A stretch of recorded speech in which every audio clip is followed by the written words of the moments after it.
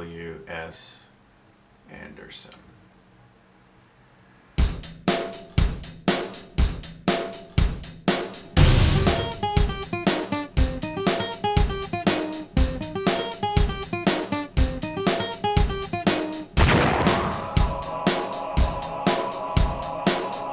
There are things in this world worth fighting and dying for.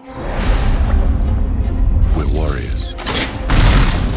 It's who we are. The Three Musketeers, adaptation number 56. Paul W.S. Anderson directed this film, and as you may know, his filmography isn't exactly glowing. He directed Mortal Kombat, Event Horizon, Soldier, Resident Evil, Alien vs. Predator, Death Race, Resident Evil Afterlife, and he's currently filming Resident Evil Retribution. Quality filmmaking at its best. This film tells the classic story of the Three Musketeers, again, and it's, I don't even really want to get into the plot because it's essentially just a rehash of many things we've seen in all different types of ways, except it's told in the Paul W.S. Anderson way, which is basically lots of sped up to slow motion action really quick with horrible special effects that look really fake and just absolutely out of this world. Came to Paris to be one of you.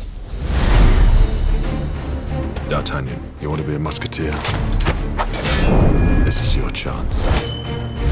The way he films special effects, it's like he tries to show you something cool and different, but he films it in such a fake way that seems like it's in some other dimension of some kind. Every single movie he's made with special effects that I've seen anyway, they all look incredibly fake. And it's not so much that the effects look bad, because the special effects in this movie actually aren't that bad. It's just, he films it so unconvincingly. A lot of the CGI backgrounds and the green screen looks really terrible in this movie. We live in a kingdom controlled by fear.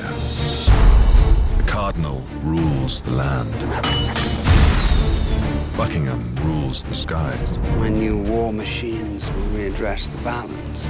We have a young guy who wants to be a musketeer, and his parents train him in like one scene and then send him off to encounter life, and he meets up with the other three musketeers and decides to go on adventures. And we have Orlando Bloom and Milla Jovovich and Mads Mikkelson. I'm not sure how to say his last name, but he's actually a very good actor, and unfortunately he's lost in this movie. He was the main villain of Casino Royale. He's a very good actor. Here we have some of the worst acting, however, I have seen all year in movies, particularly Orlando Bloom. Wow. That man is seriously fortunate to have been in Lord of the Rings and Pirates of the Caribbean at virtually the exact same time, because he really can't act. Wow, he's bad in this movie. I mean, he's great as Legolas, and he's alright as Will Turner. But seriously, in this movie, it is like the most over-the-top in such the wrong way. Wow. She is the deadliest assassin the world has ever seen.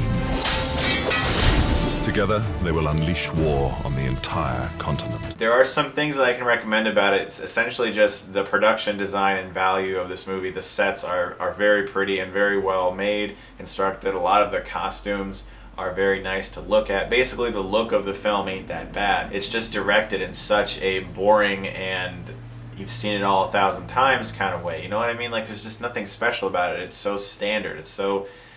And the acting, my word, the acting is so bad in this movie. And it's so unrealistic, too. The stuff that happens is so completely out of this world unrealistic. We got two flying boats at the end fighting with each other. I don't get what's going on.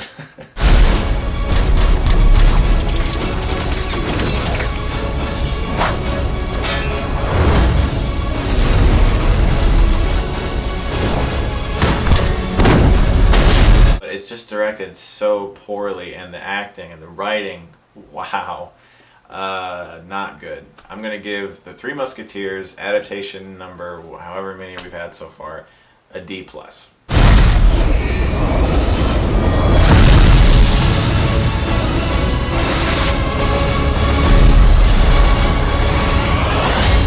If you like this review, you can subscribe to my channel and get Stuckmanized.